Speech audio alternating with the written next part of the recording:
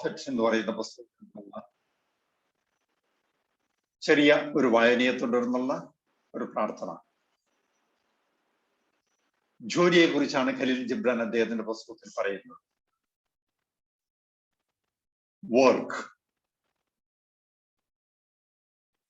Work is love made visible. And if you cannot work with love, but only with distaste, it is better that you should leave your work and sit at the gate of the temple and take alms of those who work with joy. For if you bake bread with indifference, you bake a bitter bread that feeds but half man's hunger.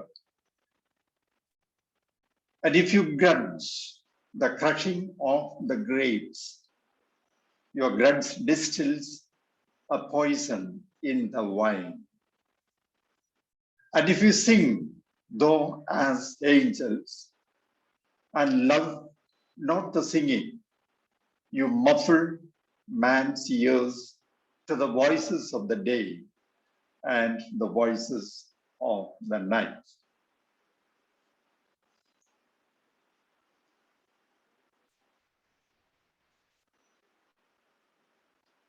സ്നേഹവാനായ ദൈവമേ, ഞങ്ങളുടെ ജോലിയും ഉത്തരവാദിത്വങ്ങളും സന്തോഷത്തോടും ചാരിതാർത്ഥ്യത്തോടും കൂടെ പ്രസന്നതയോടും ഉദാരതയോടും കൂടെ ചെയ്യുന്നതിന് ഞങ്ങളെ പ്രാപ്തരാക്കണമേ. ഞങ്ങളുടെ സഹോദരങ്ങൾക്ക് വേണ്ടി ഒരു സേവനം ചെയ്യുമ്പോൾ യേശുക്രിസ്തുവിന്റെ സാന്നിധ്യം അവരിൽ അനുഭവിച്ചറിഞ്ഞ് ആദരവോടും സ്നേഹത്തോടും കൂടെ അവരോട് പെരുമാറുന്നതിനും അവർക്ക് സേവനങ്ങളും ചെയ്യുന്നതിനും ഞങ്ങളുടെ ഹൃദയങ്ങളെ തുറക്കുകയും മനസ്സിനെ ഉദാരമാക്കുകയും ചെയ്യണമേ. നിത്യം പിതാവും പുത്രനും പരിശുദ്ധാത്മാവുമായ സർവേശ്വര, ആമേൻ.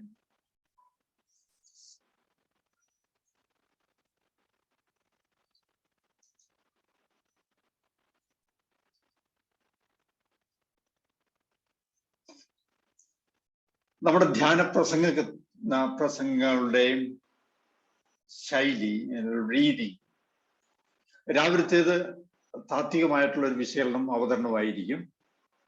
അല്പസ്വല്പമൊക്കെ ദൈവശാസ്ത്രപരമായിട്ടും വിശുദ്ധ ഗ്രന്ഥത്തിന്റെയും മറ്റുമൊക്കെ അടിസ്ഥാനത്തിലുള്ള ഒരു അവതരണമോ വിശകലനമായിരിക്കും 9 മണിക്കുള്ള ധ്യാന പ്രസംഗം. തുടർന്ന് 6:30 നാം ചെയ്യുക. അതിൻ്റെ കുറെ കൂടെ പ്രായോഗിക മാനങ്ങൾ ജീവിതാനുഭവത്തിന്റെ വെളിച്ചത്തില്, മറ്റുള്ളൊരു ജീവിതാനുഭവങ്ങളുടെ വെളിച്ചത്തില് നമുക്ക് എങ്ങനെ കുറെ കൂടെ നമ്മുടെ ജീവിതത്തിൽ പ്രാവർത്തികമാക്കാൻ സാധിക്കും എന്നുള്ള ഒരു പ്രായോഗിക വിചിന്തനമാണ്. പിന്നെ വൈകുന്നേരത്തേത് വളരെ ഷോർട്ടായിട്ട് അടുത്ത ദിവസത്തേക്കുള്ള വിഷയം അവതരിപ്പിക്കുകയും അതിലെ പ്രധാനപ്പെട്ട ആശയങ്ങൾ സൂചിപ്പിക്കുകയും ചെയ്യുകയാണ്. ഈ ദിവസങ്ങളിൽ നിങ്ങൾ ശ്രദ്ധിച്ചിട്ടുണ്ടാവും, ധ്യാനപ്രസംഗങ്ങളോ അല്ലെങ്കിൽ രാവിലത്തെ മെഡിറ്റേഷനോ പൂർണ്ണമായിട്ടും പങ്കെടുക്കാൻ പറ്റാത്തവരാരെങ്കിലും ഉണ്ടെങ്കിൽ അവരെ കൂടി ഉദ്ദേശിച്ചുകൊണ്ട് ഈ ധ്യാനപ്രസംഗങ്ങളും മെഡിറ്റേഷനും യൂട്യൂബില് അപ്ലോഡ് ചെയ്യുന്നുണ്ട്. താല്പര്യമുള്ളവർക്ക് പിന്നീട് CIS സമന്വയ എന്ന യൂട്യൂബ് ചാനലിൽ നിന്ന് ഈ പ്രസംഗങ്ങൾ മറ്റുമൊക്കെ കേൾക്കാവുന്നതാണ്. പ്രിയപ്പെട്ടവർ, ഇന്ന് രാവിലെ പ്രധാനമായിട്ടും നാം യേശുക്രിസ്തുവിന്റെ ജീവിതത്തിലെ പ്രവർത്തനങ്ങളെ കുറിച്ചുള്ള ഒരു വിചിന്തനമായിരുന്നു. യേശുക്രിസ്തുവിന്റെ ജീവിത മാതൃക സ്വീകരിച്ചുകൊണ്ട് സമർപ്പിതരായ നമ്മൾ ജീവിക്കുകയും ജോലി ചെയ്യുകയും മിനിസ്ട്രിയിൽ ഏർപ്പെടുകയും ഉത്തരവാദിത്തങ്ങൾ നിറവേറ്റുകയും ചെയ്യുമ്പോൾ ഏത് മനോഭാവത്തോടു കൂടിയിട്ടാണ് നാം ചെയ്യേണ്ടതെന്നുള്ളതിനെ കുറിച്ച് സാമാന്യം വിശദമായിട്ട് നമ്മൾ ചർച്ച ചെയ്യുകയുണ്ടായി.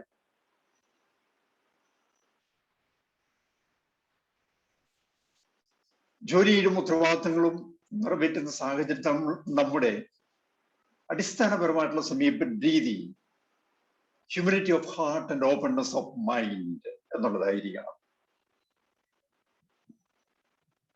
എളിമയും തുറവിയും ഉള്ള ഒരു മനോഭാവത്തോടു കൂടി. കാരണം ദൈവത്തിന്റെ പ്രവർത്തനങ്ങൾ ചിലപ്പോഴൊക്കെ തീർത്തും അപ്രതീക്ഷിതമായിട്ടുള്ള വ്യക്തികളിലൂടെ, സംഭവങ്ങളിലൂടെ, സാഹചര്യങ്ങളിലൂടെ ആയിരിക്കും നമുക്ക് വെളിപ്പെടുത്തപ്പെടുന്നത്. ചിലപ്പോൾ ദൈവം സംസാരിക്കുന്നത് നമ്മൾ പ്രതീക്ഷിക്കാത്ത താരതമ്യേന അപ്രസക്തരായിട്ടുള്ള വ്യക്തികളിലൂടെ ആയിരിക്കാം. ടാഗോറിന്റെ ഗീതാഞ്ജലിയിലെ കഥ ഓർമ്മയുണ്ടല്ലോ. ദൈവം ഒരു ഡെവോട്ടിയുടെ വീട്ടിൽ ചെല്ലുമെന്ന് പറഞ്ഞ് ആ ഭക്തൻ വളരെ ആവേശത്തോടു കൂടി മുറിയെല്ലാം സജ്ജമാക്കി രാവിലെ മുതൽ പണിയെടുത്തുകൊണ്ടിരുന്നു. ഈ പ്രക്രിയയിൽ യാചകരായിട്ടും സഹായം അഭ്യർത്ഥിച്ചും അയൽക്കാരന്റെ വേഷത്തിലും മറ്റുമൊക്കെ പലരും വന്നുപോയി. ഈ ഭക്തൻ ദൈവത്തെ എങ്ങനെ പരമാവധി പ്രസാദിപ്പിക്കേണ്ടു എന്നുള്ള ചിന്തയിൽ, വ്യഗ്രതയിൽ പല ജോലികൾ ചെയ്ത് തിരക്കിലായിരുന്നു. അതുകൊണ്ട് ഈ വന്നവരെ ആരെയും ശുശ്രൂഷിക്കുന്നതിനോ അവർക്ക് വേണ്ടി അല്പം സമയം കൊടുക്കുന്നതിനോ അവരെ കേൾക്കുന്നതിനോ പോലുള്ള സാവകാശം ഉണ്ടായിരുന്നില്ല. അങ്ങനെ സന്ധ്യയായി, രാത്രിയായി. ദൈവം വരുമെന്ന് പറഞ്ഞിട്ട് കാത്തിരുന്നിട്ട് വന്നില്ല. നിരാശനായി ദേഷ്യത്തോടു കൂടി ദൈവത്തോട് പരാതിപ്പെട്ട ആ ഭക്തന്റെ കഥ. ദൈവത്തിന്റെ മറുപടി, ഞാൻ പല പ്രാവശ്യം നിന്റെ മുമ്പിൽ വന്നു, പക്ഷെ നീ എന്നെ ഗവനിച്ചില്ല, നീ എന്നെ ഇറക്കി വിട്ടു എന്നുള്ളത്. പ്രിയപ്പെട്ടവരെ, നമ്മളുടെ മിനിസ്ട്രികളില് എല്ലാവരോടും സമഭാവനയോടുകൂടി പെരുമാറുന്നതിന്, സാമ്പത്തികമായ ഉയർച്ച താഴ്ചയോ സമൂഹത്തിലെ സ്ഥാനത്തിന്റെ ഏറ്റക്കുറച്ചിലോ പ്രായവ്യത്യാസമോ വസ്ത്രധാരണത്തിലുള്ള മോടിയോ അപ്പിയറൻസിലുള്ള പ്രത്യേകതകളോ അതിന്റെ അടിസ്ഥാനത്തിലായിരിക്കരുത് നാം നമ്മുടെ സേവനം മറ്റുള്ളവർക്ക് കൊടുക്കുന്നത്. മദർ തെരേസയുടെ മാതൃകയിലൂടെ നാം മറ്റുള്ളവരിൽ ക്രിസ്തുവിന്റെ മുഖം ദർശിക്കുന്നതുകൊണ്ട്, അല്ലെങ്കിൽ ദൈവത്തിന്റെ സജീവമായിട്ടുള്ള സാന്നിധ്യം ഓരോ വ്യക്തിയിലും ഉണ്ട് എന്ന് തിരിച്ചറിയുന്നതിന്റെ പേരിൽ എന്റെ സഹോദരനിൽ, സഹോദരിയിൽ ഒരുപക്ഷെ തീർത്തും ചെറിയ ഒരു സഹോദരനാണെങ്കിൽ പോലും ആ സഹോദരന് നാം സേവനം ചെയ്യുമ്പോൾ, സഹായം ചെയ്യുമ്പോൾ, അനുഭാവപൂർവ്വം കേൾക്കുമ്പോൾ, സാന്ത്വനപ്പെടുത്തുമ്പോൾ, ആശ്വസിപ്പിക്കുമ്പോൾ എല്ലാം ആ വ്യക്തിയിൽ കുടികൊള്ളുന്ന ദൈവിക ചൈതന്യത്തെയാണ് നാം ആദരിക്കുകയും ആശ്വസിപ്പിക്കുകയും ചെയ്യുന്നത്. കാരണം എല്ലാ വ്യക്തിയിലും ദൈവത്തിന്റെ സജീവ സാന്നിധ്യമുണ്ട്. ജാതിമത വ്യത്യാസമന്യേ, സംസ്കാര പാരമ്പര്യ വ്യത്യാസമന്യേ എല്ലാവരും, രണ്ടാമത്തെ ഞാൻ സൂനദോസമ്മെ ഓർമ്മിപ്പിക്കുന്ന പോലെ, എല്ലാവരും ദൈവത്തിന്റെ മക്കളാണ്. ഒരേ ദൈവത്തിലേക്കാണ് ആത്യന്തികമായിട്ട് എല്ലാവരും യാത്ര ചെയ്യുന്നത്. ദൈവത്തിന്റെ മക്കളായിരിക്കുന്ന എല്ലാവരോടും ഒരേ സമഭാവനയോടുകൂടി പെരുമാറുന്നതിനും, സമൂഹം അവഗണിക്കുന്നവരെ കൂടുതൽ പരിഗണനയോട് കൂടിയിട്ട് ഇടപെടുന്നതിനും ശുശ്രൂഷ ചെയ്യുന്നതിനും നാം തയ്യാറാവണം. ഈശോസഭയുടെ സാർവലൗകിക സമ്മേളനത്തിൽ മുൻപെടുത്തിരുന്ന ഒരു പ്രധാനപ്പെട്ട ആശയമാണ് preferential option for the poor എന്നുള്ളത്. ഭാരതത്തിൽ, കേരളത്തിൽ ധാരാളം സമർപ്പിതരുണ്ട്. വ്യത്യസ്ത മേഖലകളിൽ വളരെ മാതൃകാപരമായിട്ടുള്ള സേവനങ്ങൾ, ശുശ്രൂഷകൾ, മിനിസ്ട്രികൾ, അപ്പോസ്റ്റലേറ്റുകൾ ചെയ്യുന്ന ധാരാളം ആളുകളുണ്ട്. സ്വന്തം ആരോഗ്യമോ സുഖസൗകര്യങ്ങളോ ഒന്നും നോക്കാതെ മറ്റുള്ളവർക്ക് വേണ്ടി ജീവിക്കുന്ന ധാരാളം ആളുകളുണ്ട്.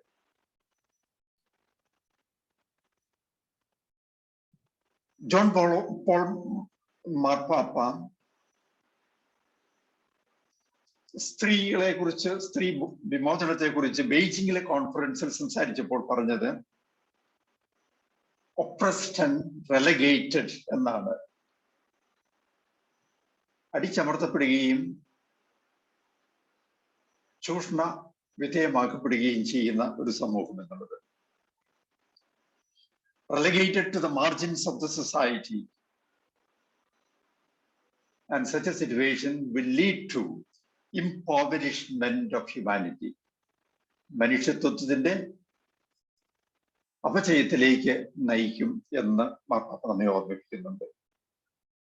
സ്ത്രീകളോടും കുട്ടികളോടും ആദിവാസികളോടും ദളിതരോടും പ്രത്യേകമായിട്ടുള്ള ഒരു പരിഗണന നിലനിർത്തിക്കൊണ്ട് വേണം നമ്മളുടെ മിനിസ്ട്രികള്, നമ്മളെ പ്രവർത്തനങ്ങള്, ആതുര സേവന ശുശ്രൂഷയിലുള്ള പ്രവർത്തനങ്ങള് ഒക്കെ നമ്മൾ ചിട്ടപ്പെടുത്തേണ്ടത്. ഫ്രാൻസിസ് പാപ്പ മനിലയിലെ സമ്മേളനത്തിൽ വെച്ച്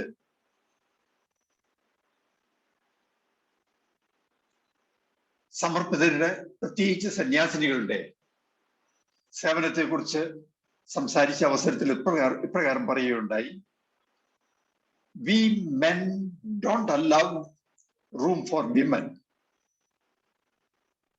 but women are capable of seeing things with a different angle than us, with a different eye. Women are able to pose questions which we men are not able to understand. സ്ത്രീകൾക്ക് വ്യത്യസ്തമായിട്ടുള്ളൊരു കാഴ്ചപ്പാടുണ്ട്. സംഭവങ്ങളെയും സാഹചര്യങ്ങളെയും വ്യത്യസ്തമായിട്ട് നോക്കി കാണുന്നതിനും അനുഭാവപൂർവം പ്രതികരിക്കുന്നതിനും സാധിക്കും.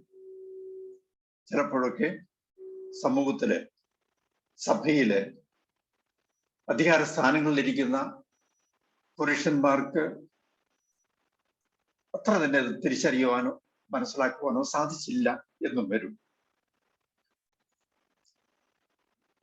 യേശുവിന്റെ ദൗത്യം തുടരുന്ന അവസരത്തില് യേശുവിന്റെ സുഹൃത്ത് സംഘത്തിൽ ഉണ്ടായിരുന്ന സ്ത്രീ ശിക്ഷകളെ കുറിച്ചുള്ള ആ ഒരു ഓർമ്മയും അവരിലൂടെ ആദിമ ക്രൈസ്തവ സഭയ്ക്ക് ലഭിച്ചിട്ടുള്ള നിരവധിയായിട്ടുള്ള അനുഗ്രഹങ്ങളും നാം ഓർമ്മിക്കേണ്ടതുണ്ട്. സ്ത്രീകളെയും കുട്ടികളെയും പ്രത്യേകമായിട്ട് സംരക്ഷിക്കുന്നതിനും അവരെ ശക്തിപ്പെടുത്തുന്നതിനും അതിലൂടെ സമൂഹത്തിന്റെയും സഭയുടെയും പ്രവർത്തനങ്ങൾ കൂടുതൽ ദൈവോന്മുഖമാക്കി തീർക്കുന്നതിനും നാം പ്രത്യേകം ശ്രദ്ധിക്കേണ്ടതുണ്ട്. ഴാൻ വെനീർ എന്ന് പറയുന്ന ഒരു ഫ്രഞ്ച് എഴുത്തുകാരൻ ഇങ്ങനെ എഴുതുകയുണ്ടായി: The poor and the weak have revealed to me the great secret of Jesus. പാവപ്പെട്ടവരും ബലഹീനരുമായിട്ടുള്ള ആളുകൾ യേശുവിന്റെ ഉദാത്തമായ നിഗൂഢമായ രഹസ്യം എനിക്ക് വെളിപ്പെടുത്തി തന്നു.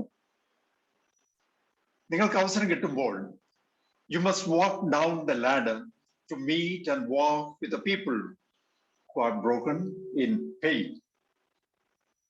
Young people caught up in the world of drugs, people angry because they were terribly hurt when they were young, people with disabilities, people in the slums,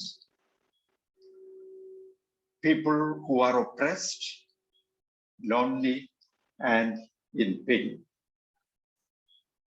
നമ്മുടെ ജീവിതത്തിൽ, നമ്മളുടെ പ്രവർത്തനങ്ങളിൽ, നമ്മുടെ മിനിസ്ട്രികളിൽ നമ്മൾ മുൻതൂക്കം കൊടുക്കേണ്ടത് ഇത്തരത്തിലുള്ള ആളുകളോടാണ്.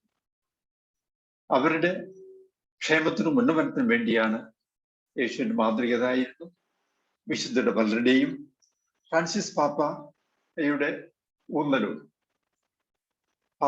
മാർപ്പാപ്പയാകുന്നതിന് മുൻപ് സ്ലംസിൽ ഉണ്ടായിരുന്ന ആളുകൾക്ക് വേണ്ടിയിട്ടുള്ള മാർപ്പാപ്പയുടെ പ്രവർത്തനങ്ങളും മറ്റുമൊക്കെ വളരെയേറെ ശ്ലാഘനീയമാണല്ലോ. മദർ തെരേസ നമ്മളെ ഓർമ്മിപ്പിക്കുന്നുണ്ട്: Be kind and merciful. let no one ever come to you without coming away better and happier. കൂടുതൽ സന്തോഷവാനും കൂടുതൽ നല്ല ഒരവസ്ഥയിലുള്ള ഒരു വ്യക്തിയുമായിട്ടല്ലാതെ ആരും നിങ്ങളുടെ അടുത്ത് വരുന്നവർ തിരിച്ചു പോകാൻ പാടില്ല എന്നുള്ള മദറിന്റെ ദൈവത്തിന്റെ കരുണയുടെ പ്രതിരൂപങ്ങളായിട്ട് കരുണ നിറഞ്ഞ ഒരു മുഖം, നിങ്ങളുടെ കണ്ണുകളിൽ ആ കരുണ പ്രദർശിപ്പിക്കണം, നിങ്ങളുടെ പുഞ്ചിരിയിൽ ആ കരുണ ഉണ്ടാവണം, നിങ്ങളുടെ വാം ഗ്രീറ്റിംഗ്സിൽ ഹാർദവമായ സ്വാഗതത്തിൽ ആ കരുണ ഉണ്ടായിരിക്കണം.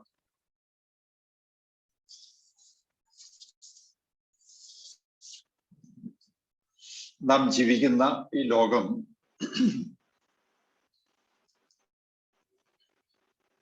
ഏത് തരത്തിലുള്ളതാണ് എന്ന് ചുരുക്കമായിട്ടൊന്ന് വിശകലനം ചെയ്ത് പ്രായോഗിക തലത്തിൽ നമുക്ക് എങ്ങനെ നമ്മളുടെ മിനിസ്ട്രികളെ കുറെ കൂടെ മാനുഷികമാക്കാൻ സാധിക്കും, കുറെ കൂടെ ദൈവരാജ്യ മൂല്യങ്ങൾക്കനുസരിച്ച് ചിട്ടപ്പെടുത്തുവാൻ സാധിക്കും എന്ന് നമുക്ക് നോക്കിക്കാണാം.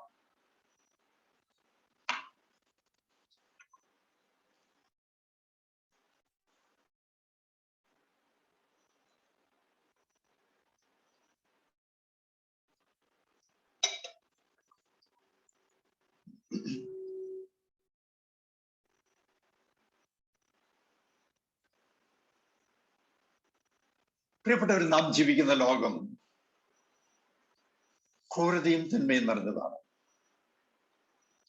അനീതിയും അക്രമവും നിറഞ്ഞതാണ്, മതപ്രത്യയശാസ്ത്ര ഭീകരവാദം നിറഞ്ഞ ഒരു ലോകത്തിലാണ് നാം ജീവിക്കുന്നത്.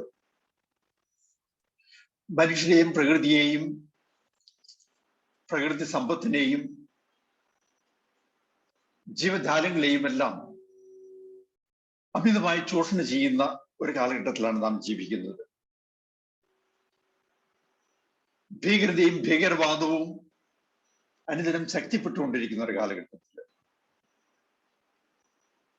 ദൈവത്തിന്റെയും മതത്തിന്റെയും പ്രത്യയശാസ്ത്രത്തിന്റെയും പേരിൽ മനുഷ്യരെ കൊന്നൊടുക്കുന്നതിനോ പീഡിപ്പിക്കുന്നതിനോ ചൂഷണം ചെയ്യുന്നതിനോ പ്രത്യേകിച്ച് കുഞ്ഞുങ്ങളെയും സ്ത്രീകളെയും ക്രൂരമായിട്ട് പീഡിപ്പിക്കുന്നതിനോ മടിയില്ലാത്തൊരു ലോകത്തിലാണ് നാം ജീവിക്കുന്നത്.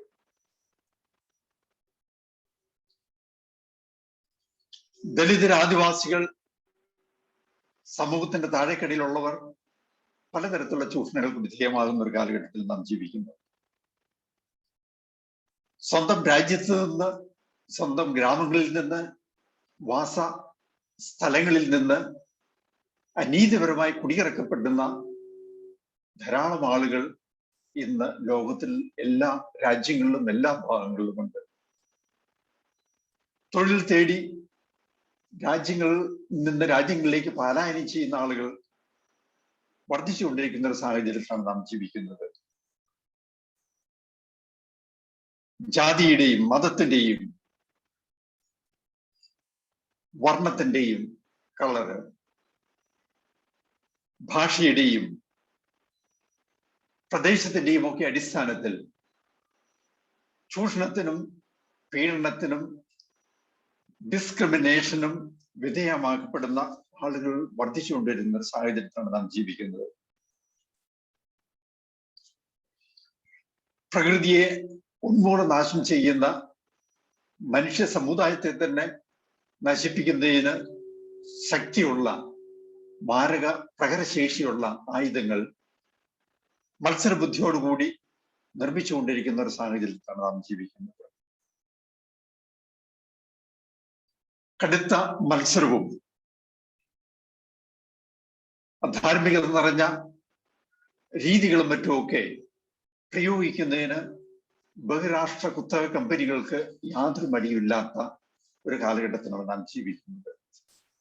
അങ്ങനെ നമ്മൾ ചുറ്റുപാടും നോക്കുമ്പോൾ പ്രതീക്ഷ നശിക്കുന്ന, വേദനകളും യാതനകളും ഭീകരതയും മാത്രം നിലനിൽക്കുന്ന, ചൂഷണവും വിവേചനവും നിലനിൽക്കുന്ന ഒരു കാലഘട്ടത്തിലാണ് നാം ജീവിക്കുന്നത്. ചരിത്രത്തിൽ എന്നും ഇത്തരത്തിലുള്ള ഒരു സാഹചര്യം ഉണ്ടായിരുന്നു. പക്ഷെ അതേസമയം തന്നെ പ്രതീക്ഷ നൽകുന്ന വിദൂരസ്ഥമാണെങ്കിലും പ്രകാശ കിരണങ്ങൾ നമ്മുടെ ഹൃദയത്തിലേക്ക്, മനസ്സിലേക്ക് പകർന്നു തരുന്ന ധാരാളം വ്യക്തികൾ, സംഭവങ്ങൾ, പ്രസ്ഥാനങ്ങൾ, സംഘടനകൾ ലോകത്തിൽ ഉണ്ടായിരുന്നുണ്ട്.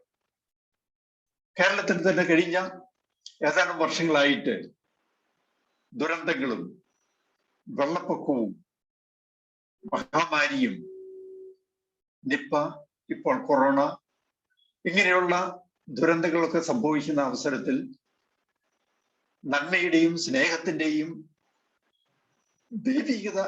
ദൈവികതയുടെയും വേഷങ്ങളണിഞ്ഞ് ധാരാളം മനുഷ്യര് സ്വന്തം ജീവൻ പോലും ത്യജിച്ചുകൊണ്ട് മറ്റുള്ളവർക്ക് വേണ്ടി ത്യാഗങ്ങൾ അനുഷ്ഠിച്ച സംഭവങ്ങൾ ധാരാളമുണ്ട്. ഇന്ന് നമ്മുടെ ചുറ്റുപാടും നമ്മളുടെ ഇടയിലും സമർപ്പിത ജീവൻ നയിക്കുന്നവരുടെ ഇടയിൽ മാത്രമല്ല, എല്ലാ മേഖലകളിലും, എല്ലാ മത പാരമ്പര്യങ്ങളിലും, എല്ലാ പ്രത്യയശാസ്ത്രങ്ങളും സംസ്കാരങ്ങളിലും ഇങ്ങനെ നന്മയുടെ മൂർത്തീകരണമായി ദൈവത്തിന്റെ ജീവിക്കുന്ന ഉപകരണങ്ങളായിട്ട് പ്രവർത്തിക്കുന്ന ധാരാളം ആളുകളുണ്ട്. നേതാക്കന്മാരുടെ ഇടയിൽ, മതരാഷ്ട്രീയ സാംസ്കാരിക നേതാക്കന്മാരുടെ ഇടയിൽ, സാമൂഹ്യ പ്രവർത്തകരുടെ ഇടയിൽ, ആതുര ശുശ്രൂഷ മേഖലയിൽ പ്രവർത്തിക്കുന്ന സന്നദ്ധ പ്രവർത്തകരുടെ ഇടയിൽ, ആസ്പത്രികളിലും ആതുര ശുശ്രൂഷ മേഖലകളിലും പ്രവർത്തിക്കുന്ന ഡോക്ടർമാര്, നഴ്സുമാര്, മറ്റ് സപ്പോർട്ടിംഗ് സ്റ്റാഫ് അംഗങ്ങള്, അവർക്ക് ധാരാളം ഇത്തരത്തിലുള്ള നന്മയുടെ പ്രതീകങ്ങളായിട്ടുള്ള ആളുകളുണ്ട്.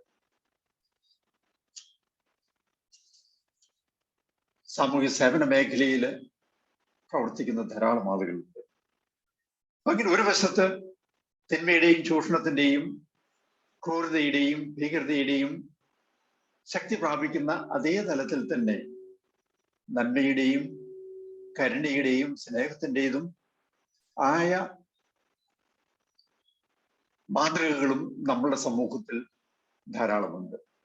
ഇത് രണ്ടും തമ്മിലുള്ള ഒരു സന്തുലനാവസ്ഥയും, അതിൽ എപ്പോഴൊക്കെ തിന്മ ശക്തി പ്രാപിക്കുന്നുവോ അപ്പോഴെല്ലാം നന്മ കൂടുതൽ ശക്തി പ്രാപിക്കുന്നതായിട്ട് നമുക്ക് കാണുവാൻ സാധിക്കും. ഭഗവത്ഗീതയിൽ 3-ാം അധ്യായത്തില് ഭഗവാൻ കൃഷ്ണൻ പറയുന്ന ഒരു വാചകത്തില് എപ്പോഴെല്ലാം അധർമ്മം സമൂഹത്തിൽ ശക്തി പ്രാപിക്കുമോ, ധർമ്മിഷ്ഠരായ ആളുകളെ ചൂഷണം ചെയ്യുകയും പീഡിപ്പിക്കുകയും ചെയ്യുന്നുവോ അപ്പോഴെല്ലാം ധർമ്മത്തിന്റെ പുനഃസ്ഥാപനത്തിന് വേണ്ടി ഞാൻ ലോകത്തിൽ അവതീർണനാകും എന്ന്. ഹൈന്ദവ പാരമ്പര്യത്തിൽ അവതാരങ്ങളെ കുറിച്ചുള്ള വളരെ ഉത്കൃഷ്ടമായിട്ടുള്ളൊരു കാഴ്ചപ്പാടുണ്ട്. ദൈവം വ്യത്യസ്ത കാലഘട്ടങ്ങളിൽ അവതീർണനാകുന്നു. ക്രിസ്തീയ പാരമ്പര്യത്തിൽ ക്രിസ്തുവിന്റെ അവതാരം ഒരിക്കൽ മാത്രം സംഭവിച്ച ഒരു വിശ്വാസ സത്യമാണ്. അതിന്റെ തുടർച്ചയായിട്ടാണ് നാം ഓരോരുത്തരും യേശുവിന്റെ ദൗത്യം എന്നും നിറവേറ്റിക്കൊണ്ടിരിക്കുന്നത്.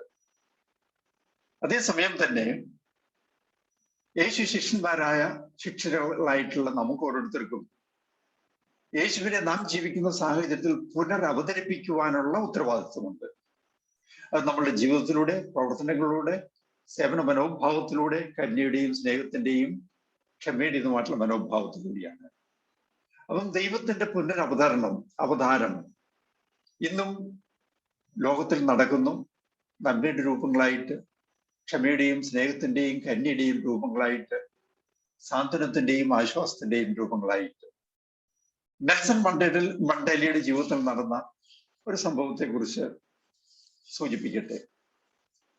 25ഓളം വർഷം ഓർമ്മ ശരിയാണെങ്കിൽ ജയിലിൽ ക്രൂരമായ സാഹചര്യത്തിൽ കഴിയേണ്ടി വന്ന ഒരു വ്യക്തി, ആ ജയിലിൽ വളരെ ക്രൂരനായിട്ടുള്ള ആഫ്രിക്കക്കാരനായ ഒരു ജയിലർ ഉണ്ടായിരുന്നു. കുറെ വർഷം കഴിഞ്ഞു നെൽസൺ മണ്ടേല ജയിൽ മോചിതനായി, സൗത്ത് ആഫ്രിക്കയുടെ പ്രസിഡന്റായി. അങ്ങനെ ഒരിക്കൽ അദ്ദേഹം യാത്രാമധ്യേ ഒരു റിസോർട്ടിൽ കയറി ഭക്ഷണം കഴിക്കുവാനിരിക്കുന്ന അവസരത്തില് ഒരു മൂലയ്ക്ക് തല താഴ്ത്തി വൃദ്ധനായിട്ടുള്ള മനുഷ്യൻ ഇരിക്കുന്നത് നെൽസൺ മണ്ടേലയുടെ ശ്രദ്ധയിൽപ്പെട്ടു. കൂടെ ഉണ്ടായിരുന്നവരോട് ആ വൃദ്ധനെ താനിരിക്കുന്ന ടേബിളിലേക്ക് വിളിച്ചുകൊണ്ട് വരാൻ ആവശ്യപ്പെട്ടു. അവർ പോയി ആ വൃദ്ധനെ പ്രസിഡന്റ് വിളിക്കുന്നു എന്ന് പറഞ്ഞ് വൈമനസ്സോടെയാണെങ്കിലും മുഖം താഴ്ത്തി നെൽസൺ മണ്ടേലയുടെ മുഖത്ത് നോക്കാൻ പോലും തയ്യാറാകാതെ ഈ വൃദ്ധൻ നെൽസൺ മണ്ടേല ഇരുന്ന ടേബിളിൽ വന്നിരുന്നു. ഭക്ഷണത്തിന് ഓർഡർ ചെയ്തു, ഭക്ഷണം കഴിച്ചു. ഒരക്ഷരം ഉരിയാടിയില്ല. നെൽസൺ മണ്ടേലയും അദ്ദേഹത്തോട് ഒന്നും പറഞ്ഞില്ല. പക്ഷെ ഹാർദവുമായിട്ട് സ്നേഹത്തോടു കൂടി അവിടുന്ന് പിരിഞ്ഞു. പുറത്തേക്ക് ഇറങ്ങിയപ്പോൾ കൂടെ ഉണ്ടായിരുന്ന ആളുകൾ പ്രസിഡന്റിനോട് ചോദിച്ചു, ആ മനുഷ്യൻ എത്രമാത്രം വിനയമുള്ള ഒരു മനുഷ്യനാണ്, നോക്കി അദ്ദേഹം തല ഉയർത്തി പോലും നോക്കിയില്ലല്ലോ എന്ന് പറഞ്ഞു. അപ്പോൾ പ്രസിഡന്റ് മറുപടി പറഞ്ഞു, ഞാൻ ജയിലിലായിരുന്നപ്പോൾ എന്നോട് ഏറ്റവും ക്രൂരമായി പെരുമാറിയിരുന്ന ജയിലറാണ് അദ്ദേഹം. ജോലിയിൽ നിന്ന് വിരമിച്ച് ഇപ്പോൾ പ്രായമായി വിശ്രമ ജീവിതം കഴിക്കുന്നു. എന്നോട് കാണിച്ചിട്ടുള്ള ക്രൂരതകൾ ഓർത്ത് തല ഉയർത്താതെ അദ്ദേഹം ഇരിക്കുകയായിരുന്നു എന്ന് നെൽസൺ മണ്ടേല പ്രതികരിക്കുകയുണ്ടായി. നന്മയുടെ പ്രതിരൂപമായിട്ട് നമ്മുടെ ഇടയിൽ ധാരാളം ആളുകളുണ്ട് എന്നുള്ള ഞാൻ സൂചിപ്പിച്ചല്ലോ. നാം ഓരോരുത്തരും നന്മയിൽ വളരുകയും നന്മ പറയുകയും നല്ലത് മാത്രം പറയുകയും നന്മ മാത്രം പ്രവർത്തിക്കുകയും ചെയ്യുന്ന ഒരവസ്ഥയിലേക്ക് വളരേണ്ടതുണ്ട്. നമ്മുടെ ആധ്യാത്മികതയും പ്രാർത്ഥന ജീവിതവും മറ്റുമൊക്കെ നിരന്തരമായിട്ടുള്ളൊരു ആത്മവിശകലനത്തിനും അതുവഴിയായിട്ട് നാം ഓരോരുത്തരുടെയും ചിന്തയില്, വാക്കുകളില്, പ്രവൃത്തികളില് ഉണ്ടാകുന്ന തെറ്റായ പ്രവണതകളെ തിരിച്ചറിഞ്ഞ് അനുകമ്പയോടും സ്നേഹത്തോടും കൂടെ പെരുമാറുവാൻ നാം ശ്രദ്ധിക്കേണ്ടതുണ്ട്. ഇങ്ങനെ നമുക്ക് പ്രതികൂല സാഹചര്യങ്ങളിൽ പോലും കരുണയോടും സ്നേഹത്തോടും കൂടെ മറ്റുള്ളവരോട് പെരുമാറണം എന്നുണ്ടെങ്കിൽ മാനുഷികമായിട്ടുള്ളൊരു കാഴ്ചപ്പാട് കൊണ്ട് നമുക്ക് സാധിക്കില്ല. ദൈവികമായ ഒരു കാഴ്ചപ്പാട് നമ്മൾ വളർത്തിയെടുക്കേണ്ടതുണ്ട്. ദൈവികമായ ഒരു വീക്ഷണം നമ്മൾ വളർത്തിയെടുക്കേണ്ടതുണ്ട്. ദൈവം ലോകത്തെയും നാം ഓരോരുത്തരെയും നോക്കി കാണുന്നത് പോലെ നാമും മറ്റുള്ളവരെ നോക്കി കാണേണ്ടതുണ്ട്. എങ്ങനെ ദൈവത്തിന്റെ കണ്ണുകളിലൂടെ ഞാൻ മറ്റുള്ളവരെ നോക്കി കാണുമ്പോൾ അവരുടെ തെറ്റുകളും കുറ്റങ്ങളും അല്ല ആദ്യം എൻ്റെ മനസ്സിൽ വരുന്നത്, അവരുടെ നന്മയായിരിക്കും. ദൈവത്തിന്റെ സജീവ സാന്നിധ്യമുള്ള വ്യക്തികളാണ് അവരെന്നുള്ള ആ ഒരു തിരിച്ചറിവായിരിക്കും. ഇത്രയേറെ തിന്മയും ഒത്തിരിയേറെ നന്മയും നിറഞ്ഞ ഈ ലോകത്തെ നാം ഓരോരുത്തരും നോക്കിക്കാണുന്നപ്പോൾ എങ്ങനെയാണെന്നുള്ളത് നേരത്തെ നാം കാണുകയുണ്ടായല്ലോ. ഇനി ഇതേ ലോകത്തെ തന്നെ ദൈവം എങ്ങനെയായിരിക്കാം നോക്കിക്കാണുക? ദൈവത്തിന്റെ കണ്ണുകളിലൂടെ നമുക്ക് ഒന്ന് കാണാൻ ശ്രമിച്ചാല് ദുഷ്ടനും നല്ലവനും ഒരേപോലെ നന്മ ചെയ്യുന്ന ഒരു ദൈവം, തിന്മ പ്രവർത്തിക്കുന്നവരോടും കരുണയോടുകൂടി പെരുമാറുന്ന ഒരു ദൈവം, തിന്മ പ്രവർത്തിക്കുന്നവർക്കും ജീവവായുവും ജീവൻ നിലനിർത്തുവാനുള്ള വെള്ളവും പ്രകൃതിയുടെ അനുഗ്രഹങ്ങളും എല്ലാം കനിഞ്ഞു കൊടുക്കുന്ന ദൈവം. അപ്പൊ ദൈവത്തിന്റെ നോട്ടം ഇംപാർഷ്യലാണ്. വേർതിരിവുകളില്ലാതെ, തരംതിരിവുകളില്ലാതെ എല്ലാവരോടും ഒരേപോലെ സ്നേഹത്തോടും കരുണയോടും കൂടി നോക്കിക്കാണുന്ന ഒരു ദൈവമാണ്. അത്തരത്തിലുള്ള വീക്ഷണമാണ്, അത്തരത്തിലുള്ള കണ്ണുകളാണ് നാമും ആർജിക്കേണ്ടത്. വസ്തുനിഷ്ഠമായിട്ട് നാം ഓരോരുത്തരെയും നോക്കിക്കാണേണ്ടതുണ്ട്. ഓരോ വ്യക്തിയും വ്യക്തി ആയിരിക്കുന്നത് പോലെ, ഓരോ വസ്തുവും ഓരോ ജീവജാലങ്ങളും അവരായിരിക്കുന്നത് പോലെ അവയെ നോക്കിക്കാണുന്നതിനും അവരോട് ഇടപെടുന്നതിനും നമുക്ക് സാധിക്കേണ്ടതുണ്ട്. ദൈവത്തിന്റെ നോട്ടം വസ്തുനിഷ്ഠമാണ്, അല്ലെങ്കിൽ ഒബ്ജക്റ്റീവ് ആണ്. വീണ്ടും ദൈവത്തിന്റെ നോട്ടം കമ്പാഷനേറ്റ് ആണ്, കരുണയോടുകൂടി നോക്കുന്ന ഒരു ദൈവമാണ്. മനോഹരമായിട്ടുള്ളൊരു ചിത്രം ഓർമ്മയിൽ വരുന്നു. പ്രസിദ്ധനായിട്ടുള്ള ചിത്രകാരൻ വരച്ച ചിത്രം. യേശു അവശനായ ഒരു വൃദ്ധനെ തോളിൽ വഹിച്ചുകൊണ്ട് പോകുന്നു. രണ്ടുപേരുടെയും തലകൾ ചേർന്നിരിക്കുന്ന ഒരവസ്ഥ. യേശുവിന്റെ വലത് കണ്ണ് വൃദ്ധന്റെ ഇടത് കണ്ണുമായിട്ട് ഒന്നായിട്ടാണ് ആ ചിത്രകാരൻ വരച്ചിരിക്കുന്നത്. യേശു അവിടെ ചെയ്യുന്നത് രോഗിയായ വൃദ്ധനായ മനുഷ്യന്റെ കണ്ണുകളിലൂടെ നോക്കിക്കാണുന്നു. അതോടൊപ്പം തന്നെ ഒരു ക്ഷണം യേശുവിന്റെ കണ്ണുകളിലൂടെ ഈ വൃദ്ധൻ നോക്കിക്കാണുന്നു. മൂന്ന് കണ്ണുകൾ, രണ്ടുപേരുടെ കണ്ണുകൾ ഒന്നായി തീർന്നു. നാമും യേശു ക്രിസ്തുവിന്റെ കണ്ണുകളിലൂടെ മറ്റുള്ളവരെ നോക്കി കാണേണ്ടതുണ്ട്. യേശു ക്രിസ്തുവിന്റെ കണ്ണുകളിലൂടെ നാം മറ്റുള്ളവരെ നോക്കി കാണുമ്പോൾ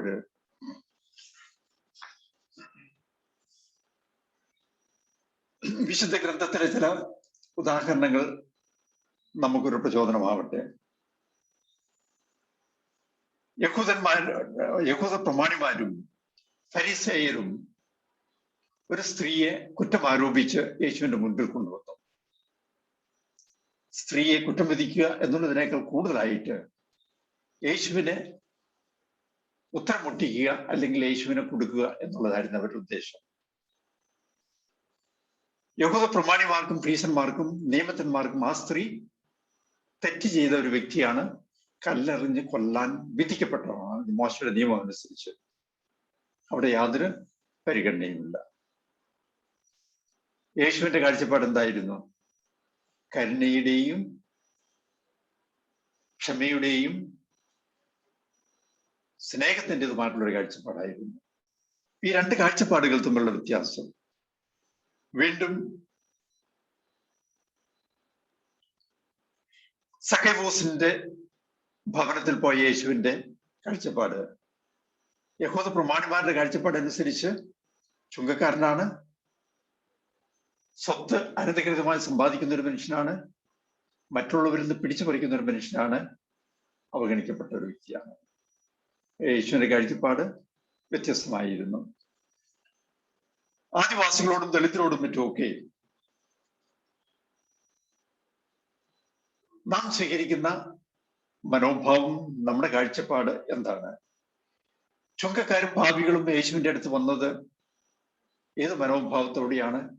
ആ ചുങ്കക്കാരോടും പാപികളോടും നേതാക്കന്മാരും നിയമജ്ഞന്മാരും ഫരീസിയന്മാരും ഏത് മനോഭാവത്തോടെയാണ് നോക്കിക്കണ്ടത്?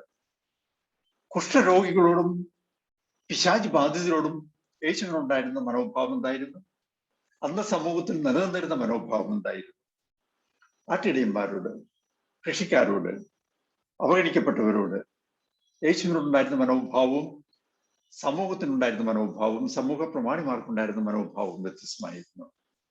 ഈ രണ്ട് വ്യത്യസ്തമായിട്ടുള്ള മനോഭാവങ്ങള്, കാഴ്ചപ്പാടുകള്, വീക്ഷണങ്ങള് നിലനിൽക്കുമ്പോൾ നാം ഇന്ന് നമ്മുടെ ജീവിതത്തിലൂടെയും പ്രവർത്തനങ്ങളിലൂടെയും മറ്റുമൊക്കെ നിലനിർത്തേണ്ടത്, വളർത്തേണ്ടത് യേശുവിന്റെ കണ്ണുകളിലൂടെയുള്ളൊരു നോട്ടമാണ്. ആ ചിത്രകാരൻ ചിത്രം വരച്ചതുപോലെ നമ്മുടെ ഒരു കണ്ണ് യേശുവിന്റെ കണ്ണിലൂടെയാണ് നാം നോക്കിക്കാണേണ്ടതുണ്ട്.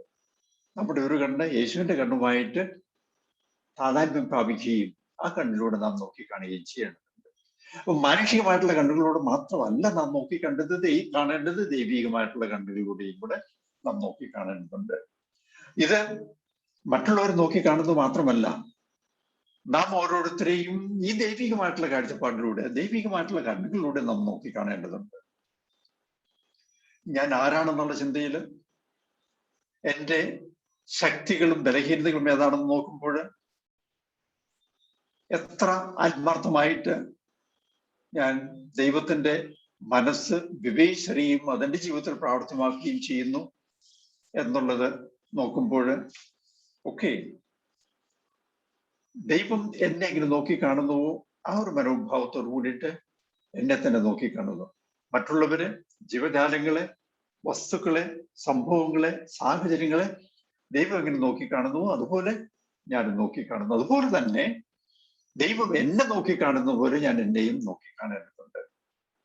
ഇങ്ങനെ എൻ്റെ പ്രവർത്തനങ്ങളും സാധനങ്ങളെയും സൗകര്യങ്ങളെയും സാഹചര്യങ്ങളെയും നാം ഉപയോഗിക്കുമ്പോൾ എത്രമാത്രം അത് ദൈവത്തിന്റെ ഉപരിമഹത്വത്തിന് ഉപകാരപ്രദമാകുന്നു, എൻ്റെ തന്നെ ആധ്യാത്മിക വളർച്ചയ്ക്കും ആത്യന്തികമായി ആത്മസാക്ഷാത്കാരത്തിനും ആത്മരക്ഷയ്ക്കും ഉപകാരപ്രദമാകുന്നുവോ അത്രത്തോളം ഞാൻ സൃഷ്ടവസ്തുക്കളെ ഉപയോഗിക്കേണ്ടതിന്റെ ആവശ്യകതയെക്കുറിച്ചും മിസ് ഇഗ്നേഷ്യസ് ലയോള അദ്ദേഹത്തിന്റെ ആധ്യാത്മിക അഭ്യാസത്തിൽ പ്രിൻസിപ്പൽ ആൻഡ് ഫൗണ്ടേഷൻ എന്ന 23-ാമത്തെ നമ്പറിൽ സൂചിപ്പിക്കുന്നുണ്ട്. എങ്ങനെയാണ് നമ്മളുടെ മിനിസ്ട്രി മേഖലകളിൽ കുറെ കൂടെ കാര്യക്ഷമതയും കുറെ കൂടെ ഫലദായകത്വവും നമുക്ക് വളർത്തിയെടുക്കുവാൻ സാധിക്കുക. അതിലൊരു പ്രധാനപ്പെട്ട ഘടകം ഇലക്ട്രോണിക് മീഡിയയുടെ ഉപയോഗമാണ്. സെൽഫോൺ സാധാരണമാണല്ലോ. ലോക്ക്ഡൌൺ കാലഘട്ടത്തിലും സ്കൂളിൽ വന്ന് കോളേജിൽ വന്ന് വിദ്യാഭ്യാസം നടത്താൻ പറ്റാത്ത കാലത്തിലും വിദ്യാഭ്യാസം സുഖമായിട്ട് മുൻപോട്ട് കൊണ്ടുപോകാൻ സാധിച്ചത് ഇലക്ട്രോണിക് മീഡിയയുടെ വികാസവും അതിന്റെ ഉപയോഗ കാര്യക്ഷമതയുമാണ്. സമർപ്പിത ജീവിതം നയിക്കുന്നവർക്കും നമ്മുടെ പ്രവർത്തനങ്ങളിൽ നമ്മുടെ മിനിസ്ട്രികളിൽ ഇലക്ട്രോണിക് മീഡിയ വളരെയേറെ ഉപകാരപ്രദമാണ്. ഇപ്പോൾ 8 ദിവസത്തെ ധ്യാനം നമുക്ക് സാധ്യമായത് തന്നെ ഇലക്ട്രോണിക് മീഡിയയുടെ സഹായത്തോടു കൂടിയിട്ടാണ്. അല്ലായിരുന്നെങ്കിൽ രാജ്യത്തിന്റെയും കേരളത്തിന്റെയും വിവിധ സ്ഥലങ്ങളിലിരിക്കുന്ന നിങ്ങൾക്ക് ഓരോരുത്തർക്കും ഈ ധ്യാനത്തിൽ പങ്കെടുക്കുന്നതിനോ അല്ലെങ്കിൽ ചിലർക്കെങ്കിലും നിങ്ങളുടെ നിർദ്ദേശങ്ങളോ അഭിപ്രായങ്ങളോ പറയുന്നതിനോ പ്രകടിപ്പിക്കുന്നതിനോ അവസരം കിട്ടുകയുണ്ടായിരുന്നില്ല. ഇലക്ട്രോണിക് മീഡിയ വലിയ ഒരു അനുഗ്രഹമാണ് എന്ന് ഈ കോവിഡ് കാലം നമ്മെ പഠിപ്പിച്ചു. ഇതുവരെ കണ്ടെത്താതിരുന്ന സാധ്യതകൾ കണ്ടെത്തുകയും ആ സാധ്യതകളെ ഉപയോഗിച്ച് നമ്മുടെ മിനിസ്ട്രികളെ കൂടുതൽ പ്രവർത്തന സജ്ജവും കാര്യക്ഷമവുമാക്കാൻ സാധിക്കും എന്ന് നാം തിരിച്ചറിഞ്ഞു. പക്ഷെ അതേസമയം ഇതിൻ്റെ ഒരു ദോഷവശം കൂടിയുണ്ട്. ഈ ഇലക്ട്രോണിക് മീഡിയയോടുണ്ടാകാൻ സാധ്യതയുള്ള ഒരു അഡിക്ഷൻ, അമിതമായിട്ടുള്ള ആശ്രയത്വ മനോഭാവം, അമിതമായിട്ടുള്ള ആസക്തി. മൊബൈൽ അഡിക്ഷൻ എന്നുള്ളത് എന്ത് ഗുരുതരമായിട്ടുള്ള പ്രശ്നമാണ്. കൊച്ചുകുട്ടികളിൽ, യുവതി യുവാക്കന്മാരുടെ ഇടയിൽ, മധ്യവയസ്കരുടെ ഇടയിൽ, പ്രായം ചെന്നവരുടെ ഇടയിലെല്ലാം മൊബൈൽ അഡിക്ഷൻ വളരെ ഗുരുതരമായിട്ടുള്ള പ്രശ്നമാണ്. അത് ഒരുപക്ഷെ ഏറ്റവും കൂടുതലായിട്ട് സമർപ്പിത ജീവിതത്തിൽ മധ്യവയസ്കരുടെയോ അല്ലെങ്കിൽ റിട്ടയർ ചെയ്ത് വിശ്രമ ജീവിതം നയിക്കുന്നവരുടെ ഇടയിലാണ് കൂടുതലായിട്ട് കാണാൻ സാധിക്കുന്നത് എന്ന് നമുക്ക് തിരിച്ചറിയാൻ സാധിക്കും. മറ്റ് ഗൗരവമായിട്ടുള്ള ഉത്തരവാദിത്വമൊന്നും ഇല്ലാത്ത സാഹചര്യത്തിൽ താരതമ്യേന വിശ്രമ ജീവിതം നയിക്കുന്ന അവസരത്തിൽ മൊബൈൽ ഫോൺ ഉണ്ടെങ്കിൽ അതിൽ വരുന്ന നിരവധിയായിട്ടുള്ള വാർത്തകള്, ചിത്രങ്ങള്, വീഡിയോകള്, ഇൻഫർമേഷൻസ്, അതിശയോക്തി കലർത്തിയതോ അല്ലെങ്കിൽ യാഥാർത്ഥ്യത്തോട് കൂടിയിട്ടോ ആയിട്ടുള്ള വാർത്തകളും മറ്റുമൊക്കെ ഇങ്ങനെ ഒന്ന് വിടാതെ ഒന്നിനു പുറകെ ഒന്നായി ഇങ്ങനെ കണ്ടുകൊണ്ടിരിക്കുവാനുള്ള പ്രവണത നമുക്ക് ചിലർക്കുണ്ടാവും. ആരംഭത്തിലൊക്കെ അത്യാവശ്യം വാർത്തകളോ അല്ലെങ്കിൽ ആശയവിനിമയത്തിനോ മാത്രം ഉപയോഗിക്കുന്ന മൊബൈൽ ഫോണുകൾ പിന്നീട് നമ്മുടെ ജീവിതത്തിന്റെ ഒഴിവാക്കാനാകാത്ത ഒരു ഘടകമായി തീരുകയും മൊബൈൽ ഫോൺ ഇല്ലെങ്കിൽ നമുക്ക് സന്തോഷമായിട്ട് ശാന്തമായിട്ട് ജീവിക്കാൻ പറ്റാത്തൊരവസ്ഥ ഉണ്ടാവുകയും ചെയ്യുന്നു. അവിടെയാണ് മൊബൈൽ ഫോണിനോടുള്ള അല്ലെങ്കിൽ ഇലക്ട്രോണിക് മീഡിയയോടുള്ള മൊബൈൽ ഫോൺ ആവാം, ലാപ്ടോപ്പ് ആവാം, കമ്പ്യൂട്ടർ ആവാം, അതല്ലെങ്കിൽ അതുപോലുള്ള മറ്റേതെങ്കിലും ആധുനിക സംവിധാനങ്ങളാവാം, അവയോട് അമിതമായിട്ടുള്ള ഒരു വിധേയത്വവും അടിമത്ത ഭാവവും ആസക്തിയും വളർത്തിയെടുത്താൽ നമ്മളുടെ സമർപ്പിത ജീവിതവും ഒരു പരിധിവരെ മുരടിച്ചു പോകും. വ്യക്തിബന്ധങ്ങൾക്ക് അധികം പ്രാധാന്യം കൊടുക്കാതെ പോകും. ചിലപ്പോൾ 3-4 പേര് ഒരുമിച്ച് യാത്ര ചെയ്യുകയോ സഹോദരന്മാര് അല്ലെങ്കിൽ ഒരുമിച്ചിരുന്ന് വർത്തമാനം പറയുകയോ ചെയ്യുന്ന അവസരത്തില് ഒരാൾക്ക് എന്തെങ്കിലും രസകരമായിട്ടുള്ളൊരു വാർത്ത കിട്ടിക്കഴിഞ്ഞാൽ മൊബൈൽ ഫോണുമായിട്ട് ആ വ്യക്തി ആ ഗ്രൂപ്പിൽ നിന്ന് ഇറങ്ങിപ്പോകും. പിന്നീട് കുറെ സമയത്തേക്ക് മൊബൈൽ ഫോണിലായിരിക്കും സമയം ചെലവഴിക്കുക. ഭക്ഷണം കഴിക്കാൻ ഒരുമിച്ച് വരുമ്പോൾ അല്ലെങ്കിൽ ഉല്ലാസ വേളയിൽ ഒരുമിച്ച് വരുമ്പോൾ ഒക്കെ ചിലപ്പോൾ നിയന്ത്രണാതീതമായിട്ട് മൊബൈൽ ഫോണിനെ ആശ്രയിക്കുകയും അതിന്റെ ഫലമായിട്ട് മറ്റുള്ളവരുള്ള സ്നേഹവും സൗഹാർദ്ദയും ഇല്ലാതാക്കുകയും ചെയ്യുന്ന സാഹചര്യങ്ങൾ ഉണ്ടാവാം. ചിലപ്പോഴൊക്കെ മറ്റുള്ളവരിൽ നിന്ന് കമ്മ്യൂണിറ്റിയിൽ കൂടെ താമസിക്കുന്ന ചില വ്യക്തികളോട് അത്ര തന്നെ സ്നേഹവും താല്പര്യവുമില്ല, അല്ലെങ്കിൽ ആ വ്യക്തി കുറ്റപ്പെടുത്തുകയോ വിമർശിക്കുകയോ ചെയ്യുന്നു. അതിന്റെ പേരിൽ അങ്ങനെയുള്ള വ്യക്തികളെ ഒഴിവാക്കാൻ വേണ്ടിയിട്ട് ചിലപ്പോൾ മൊബൈൽ ഫോൺ ഒരു ഉപാധിയായിട്ട്, രക്ഷപ്പെടാനുള്ള ഒരു ഉപാധിയായിട്ട് ചിലപ്പോൾ ഉപയോഗിക്കാറുണ്ട്. ഏത് തരത്തിലാണോ ഞാൻ എൻ്റെ മൊബൈൽ ഫോൺ അല്ലെങ്കിൽ ഇലക്ട്രോണിക് മീഡിയ അല്ലെങ്കിൽ ലാപ്ടോപ്പ് കമ്പ്യൂട്ടർ ഉപയോഗിക്കുന്നത് എന്ന് നിരന്തരം ഒരു ആത്മവിശകലനത്തിന് നാം തയ്യാറാകേണ്ടതുണ്ട്. എപ്പോഴൊക്കെ ഈ ഇലക്ട്രോണിക് മീഡിയ അല്ലെങ്കിൽ മൊബൈൽ ഫോൺ എൻ്റെ ആധ്യാത്മിക വളർച്ചയ്ക്ക് ഞാൻ ഏറ്റെടുത്തിരിക്കുന്ന ഉത്തരവാദിത്തങ്ങൾ മിനിസ്ട്രി അപ്പോസ്റ്റലേറ്റ് കാര്യക്ഷമമായിട്ട് കൂടുതൽ കാര്യക്ഷമമായിട്ട് ചെയ്യുന്നതിന് സഹായകമാകുന്നുവോ അത്രത്തോളം ഞാനിതിനെ ഉപയോഗിക്കുകയും എപ്പോഴൊക്കെ എൻ്റെ ആധ്യാത്മിക വളർച്ചയ്ക്കും എൻ്റെ സഹോദരങ്ങളോടുള്ള സ്നേഹത്തിനും എൻ്റെ ദൗത്യത്തിന്റെ കാര്യക്ഷമമായിട്ടുള്ള പ്രവർത്തനത്തിനും നിർവഹണത്തിനും തടസ്സമായി വരുന്നു, അപ്പോഴൊക്കെ ഈ മൊബൈൽ ഫോൺ വേണ്ട അല്ലെങ്കിൽ ഇലക്ട്രോണിക് മീഡിയ വേണ്ട എന്ന് വെക്കുവാനുള്ള ആ ഒരു ആന്തരിക സ്വാതന്ത്ര്യം നാം വളർത്തിയെടുക്കേണ്ടതുണ്ട്. ഇഗ്നേഷ്യസ് ലോയോള അദ്ദേഹത്തിന്റെ പ്രിൻസിപ്പിൾ ആൻഡ് ഫൗണ്ടേഷൻ എന്ന് പറയുന്ന 23-ാമത്തെ നമ്പറിൽ സൂചിപ്പിക്കുന്ന 4 പ്രധാനപ്പെട്ട കാര്യങ്ങൾ. മനുഷ്യന് സൃഷ്ടിക്കപ്പെട്ടിരിക്കുന്നത് ദൈവത്തിന്റെ ഉപരിമഹത്വത്തിനാണ്, ആത്മരക്ഷയ്ക്കാണ്. മറ്റ് സൃഷ്ടവസ്തുക്കൾ ദൈവം സൃഷ്ടിച്ചിരിക്കുന്നത് ഈ ലക്ഷ്യം നേടിയെടുക്കുന്നതിന് മനുഷ്യനെ പര്യാപ്തമാക്കുന്നതിന് വേണ്ടിയിട്ടാണെങ്കിൽ തയ്യാറാക്കുന്നതിന് വേണ്ടിയിട്ടാണ്.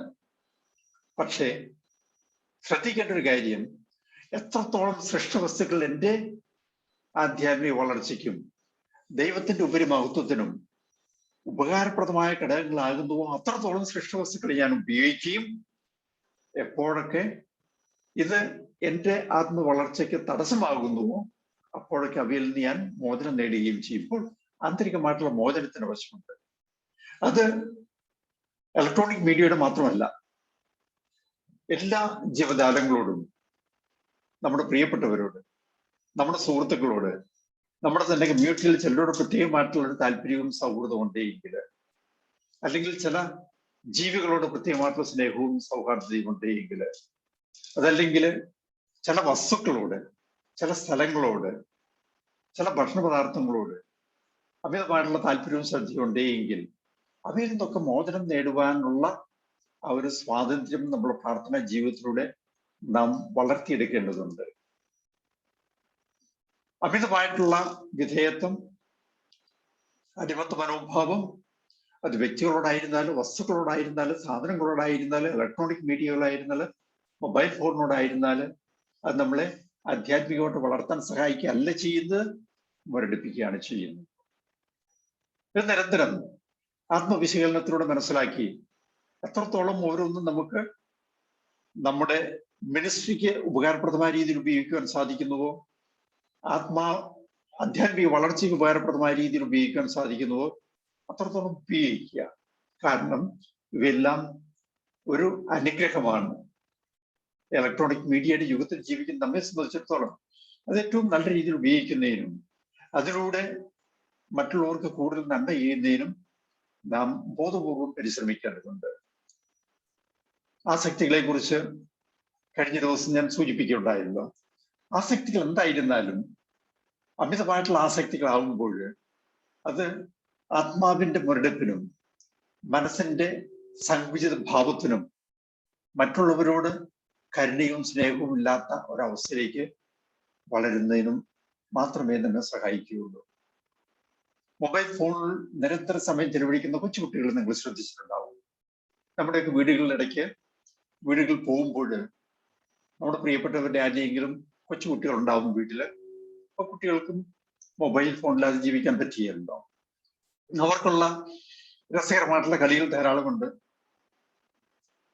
നമ്മള് വീട്ടിൽ ചെന്നാല് അല്ലെങ്കിൽ സ്വന്തക്കാര് പ്രിയപ്പെട്ടവര് അതിഥികൾ വീട്ടിൽ ചെന്നാല് അവരോട് ഒത്തല്പസമയം ചെലവഴിക്കുന്ന കുട്ടികൾക്ക് പലപ്പോഴും ഒരു താല്പര്യമില്ല. കാരണം അവർക്ക് കൂടുതൽ താല്പര്യമുള്ളത് മൊബൈലിലുള്ള വളരെ രസകരമായിട്ടുള്ള കോമ്പറ്റേറ്റീവ് ആയിട്ടുള്ള ഗെയിമുകൾ സമയം ചെലവഴിക്കുന്നതിനോടാണ്. അങ്ങനെ മനസ്സും ശരീരവും മുരടിച്ചു പോകുന്ന ധാരാളം കുഞ്ഞുങ്ങളുണ്ട്. ആത്മഹത്യയിലേക്ക് പോലും നയിക്കുന്ന സംഭവങ്ങളും പലതുണ്ട്. ഇതൊക്കെ നമ്മൾ സൂക്ഷ്മമായിട്ട് നിരീക്ഷിക്കുകയും അത് നമ്മുടെ ജീവിതത്തിൽ തന്നെ അവയിൽ നിന്നുള്ളൊരു മോചനവും സ്വാതന്ത്ര്യവും നിലനിർത്താൻ നാം പ്രത്യേകം ശ്രദ്ധിക്കേണ്ടതുണ്ട്. ആധുനിക കാലഘട്ടത്തിലെ ഇലക്ട്രോണിക് മീഡിയ തീർച്ചയായിട്ടും ഒരു അനുഗ്രഹമാണ്. അറിവ് നമ്മളുടെ വിരൽ തുമ്പിലാണുള്ളത്. ലോകത്തിലെ ഏത് കാര്യത്തെക്കുറിച്ചും മൊബൈൽ ഫോൺ വഴിയായിട്ട് നിമിഷ നേരം കൊണ്ട് നമുക്ക് അറിവ് നേടിയെടുക്കുവാൻ സാധിക്കും. പക്ഷെ എപ്പോഴും സോഷ്യൽ മീഡിയയിലൂടെ കിട്ടുന്ന അറിവുകൾ പൂർണ്ണമായിട്ടും ശരിയായിരിക്കണമെന്നില്ല എന്നുള്ളൊരു മുന്നറിയിപ്പ് കൂട്ടുണ്ട്. അതുപോലെ തന്നെ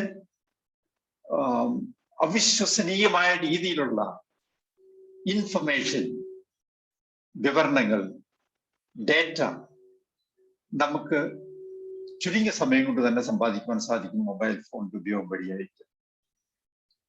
ആശയവിനിമയം ഏറ്റവും വേഗത്തിലും കാര്യക്ഷമമായിട്ടും നടത്തുന്നതിന് മൊബൈൽ ഫോൺ, ഇലക്ട്രോണിക് മീഡിയ ഇന്ന് നമ്മെ സഹായിക്കുന്നുണ്ട്.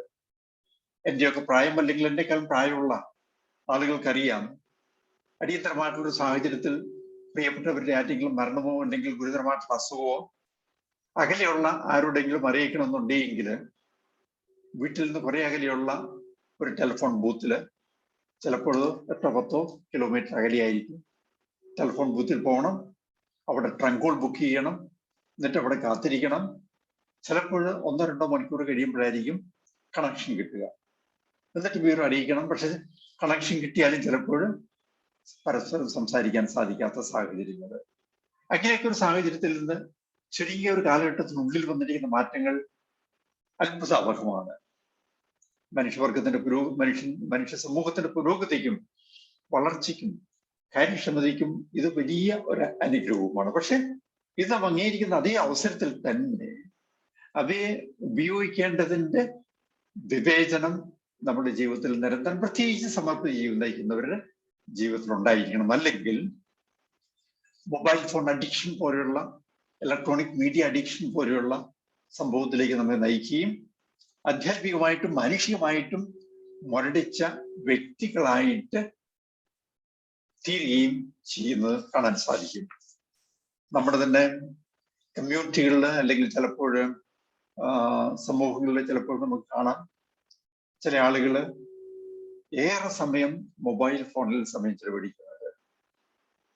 അടുത്ത് നമ്മൾ ആരെങ്കിലും അല്ലെങ്കിൽ മറ്റാരെങ്കിലും ചെന്ന് കഴിഞ്ഞാൽ അവരോട് സംസാരിക്കാൻ ഉള്ള ഒരു താല്പര്യമില്ല. കൊച്ചുകുട്ടികൾ മൊബൈലിൽ കളികളിൽ വ്യാപൃതരായിരിക്കുന്നത് പോലെ റിട്ടയർമെന്റ് കഴിഞ്ഞവർ, 50-ഓ 60-ഓ കഴിഞ്ഞവർ അല്ലെങ്കിൽ 70-ഓ ഒക്കെ കഴിഞ്ഞവർ മൊബൈലിനോട് അഡിക്റ്റഡ് ആയിട്ടുള്ള പല സംഭവങ്ങളുമുണ്ട്.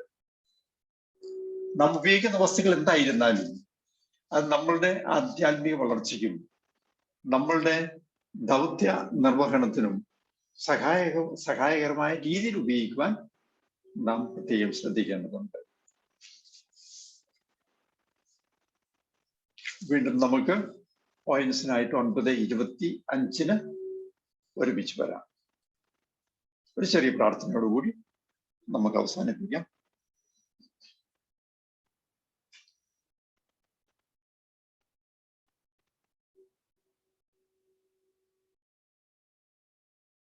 സർവ്വലോകത്തിന്റെയും സൃഷ്ടാവും പരിപാലകനുമായ ദൈവമേ,